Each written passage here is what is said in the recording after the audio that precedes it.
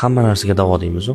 Haqiqatan ham vaqt hamma narsaga davo ekan. Eng zo'r dori vaqt ekan. Inson ba'zi kunlarni o'tmaydi deb o'ylaydi, lekin bilmaydiki o'sha o'tmaydi degan kunni ertasida yashab yurgan bo'ladi. O'tmaydi degan haftalarini keyingisida yashab yurgan bo'ladi. Haqiqatan ham bu kunlar emas, bu g'amlar emas, bu muammolar emas, bu hafta, bu oylar, bu yillar emas, bir umr o'tib ketadi. Hamma narsa o'tib ketadi hayotda. O'tmaydi, mana shuni qolib ketaman deb o'ylaydi, lekin bir ko'zini ochib yumadiki, hamma narsa esdan chiqib ketadi. Yaqin insonlar begonaga aylanadi. Begona bo'lgan insonlar atrofiga yig'ilgan bo'ladi. Shunaqa hayot. Vaqt hamma narsaga davo. Sabr qilishni bilish kerak odam. Hamma narsa o'tib ketadi. Kechani eng qorong'u payti ertalabga yaqin payt. Qiyinchilik kuchayib ketgan, sizga nisbatan adolatsizlik, zulmlar kuchayib ketgan paytda yorug' kunlar kelishiga ozgina qolgan bo'ladi. Zulm ustamlar kuchayib ketgan paytda yaxshi kunlarga ozgina qolgan bo'ladi. Doim shunaqa bo'lib kelgan o'zi. Qiyinchiliklar kuchayib ketdimi, demak ozgina qoldi osonchilik keladi. Osonchilikka yaqin paytda qiyinchilik kuchayadi. Nurga yaqin paytda zulmat kuchayib ketadi. Lekin baribir o'tadi.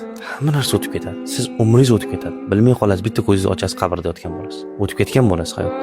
Hamma narsa o'tib ketadi. Hech narsa yo'qki o'tmaydi degan. Ota-ona bolasidan ayrilib qolsa sabr qilib o'tkazib oladi-yu, kulib yuradi-yu bir necha yildan keyin. Ota-ona bolasidan ayrilib qolsa, siz o'lib qolsangiz, ayolingiz keyib ketadi boshqasiga, baribir kulishni boshlaydi. Hamma narsa o'tib ketadi. Hamma vaqt dorisi bilan davolanadi.